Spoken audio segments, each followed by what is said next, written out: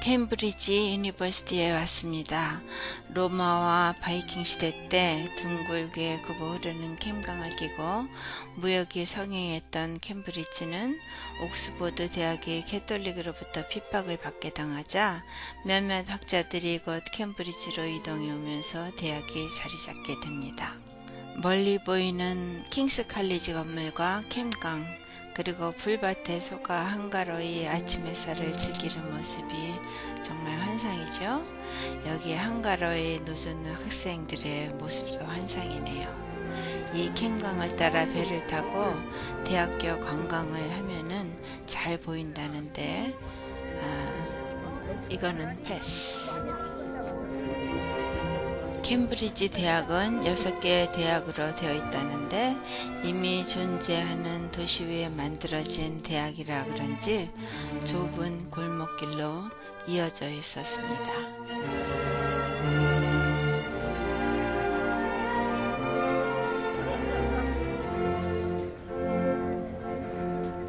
대표격인 킹스 칼리지입니다. 1441년에 헨리 6세가 설립하기 시작해서 1544년 헨리 8세에 이르기까지 오랜 시간에 걸쳐 완성된 칼리지인데요. 그레이트 홀에는 이렇게 왕의 왕관들, 왕의 깃발, 왕들의 모습이 그려져 있네요.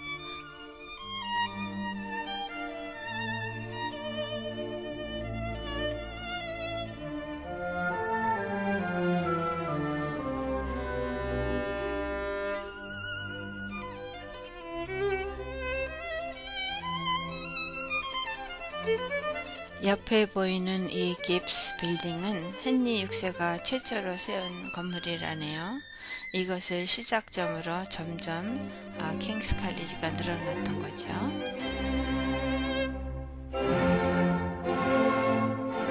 킹스 퍼레이드라는 이 큰 길을 두고 이런 재래시장이 있었고요. 여기서 길거리 음식 같은 거 많이 팔고 있더라고요.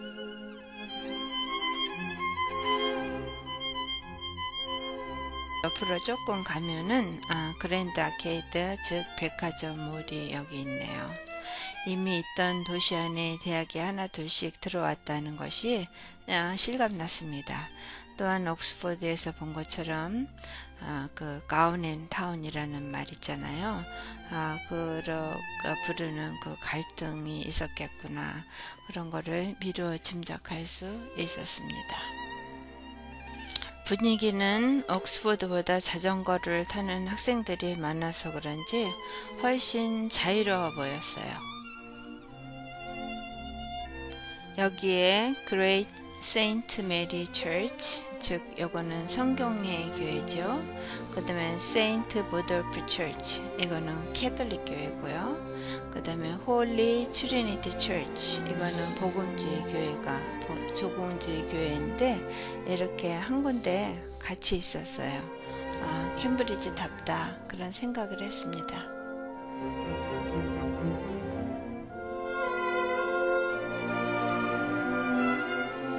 트리니티 칼리지입니다. 헨리 8세가 1546년에 설립한 교회로 무려 34개의 노벨상을 수상한 학교라네요. 앞에 헨리 8세의 동상이 보입니다. 또한 뉴턴의 모교이기도 하죠. 앞에 뉴턴의 사과나무가 있어서 모두들 기념사진을 촬영하고 있더라고요. 그래서 이 나무 아래에서 어떻게 그렇게 기발한 발상을 했을까, 그런 생각을 잠시 했습니다. 이 앞에 보이는 게 세인트 존 칼리지인데요. 그 나무의 그 밥인 것 같아서 안에 들어가 보지도 못하고 그냥 잠깐 사진만 찍고 돌아섰습니다.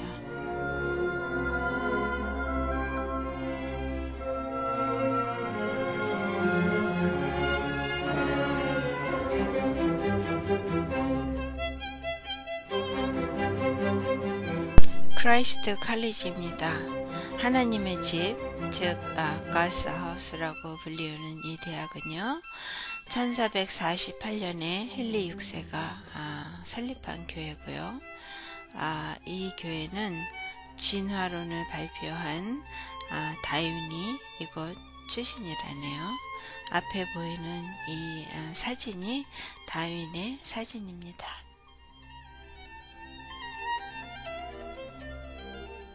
안으로 들어가니까 이렇게 뜰이 아담하게 있었습니다. 사진 몇 장 찍었죠.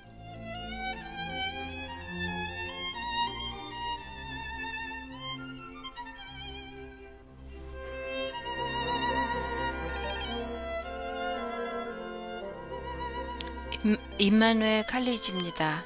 1584년 엘리자벳 1세가 수도원으로 지었는데요. 엘리자벳 1세 여왕은 철저한 캐톨릭 신자였잖아요. 그런데 아이러니하게도 복음주의 경향이 강했던 이 대학은 오히려 미국의 영국 식민지를 정착시키는 데 아주 중요한 역할을 했습니다. 하버드 대학의 설립자인 월터 밀드메이가 이 대학 졸업자이고요. 그 밀드메이가 처음 하버드 대학을 지었을 때 지은 이유가 청교도 설교자를 양성하기 위해서 지었다고 합니다.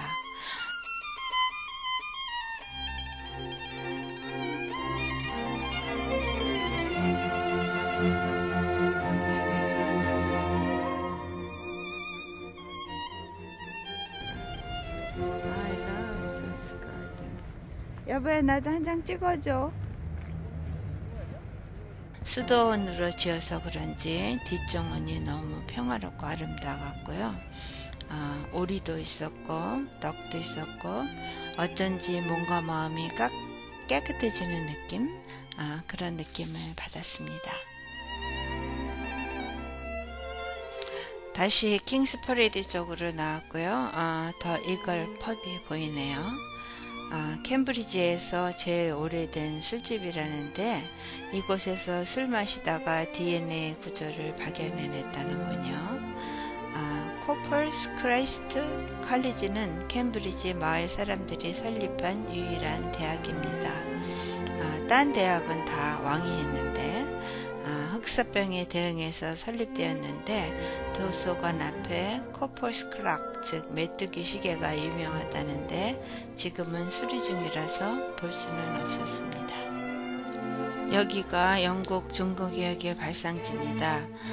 캐톨릭에 대항해서 개신교라고 찾아온 성공회가 캐톨릭과 별반 다를 것이 없다는 결론에 이른 16세기 캠브리지 학자들이 마틴 루터의 이론, 즉 의인은 믿음으로 말미암아 살리라는 그 이론을 서로 논의하고 또 새로운 하나님의 길을 찾으려고 했던 그런 것이죠.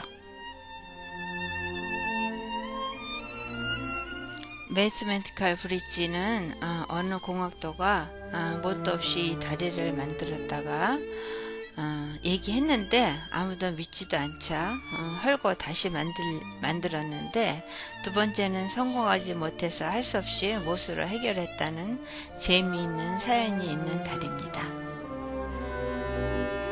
철로역정의 작가이자 청교도 설교자이신 잔 번연 목사님의 교회입니다.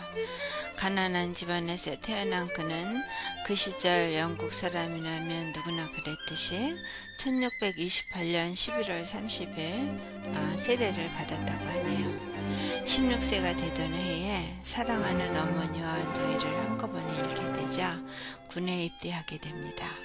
그때 영국에서는 남북전쟁이 한창이었던 때니까요. 군대 후 3년 고향에 돌아와 아버지를 도와 땜쟁이 일을 했고 청교도 신자였던 경건한 여인과 결혼하게 되는데 결혼한 이후에는 종교에 관심을 갖게 되어서 이곳 베드포드의 비국교도 모임, 즉 침례교회 모임에 가입해서 설교자가 되었습니다.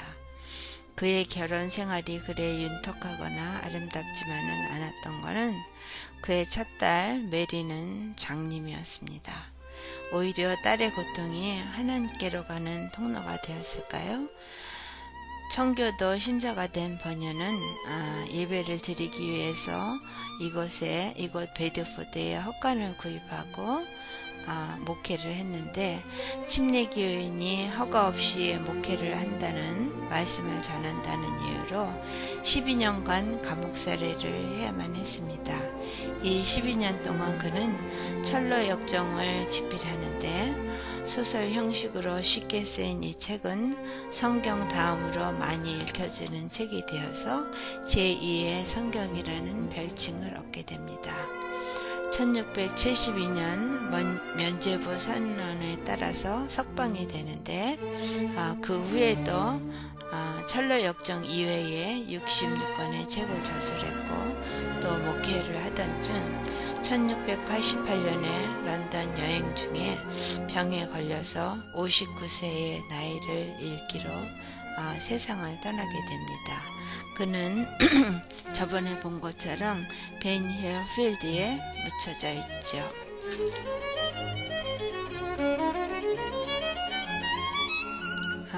목사님 교회 안으로 들어가 봤습니다.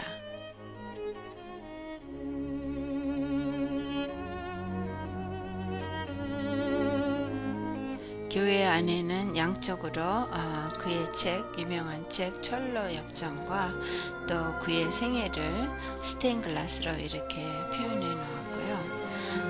번연 목사님이 쓰셨을 법한 그런 의자며 책들이 놓여 있었습니다.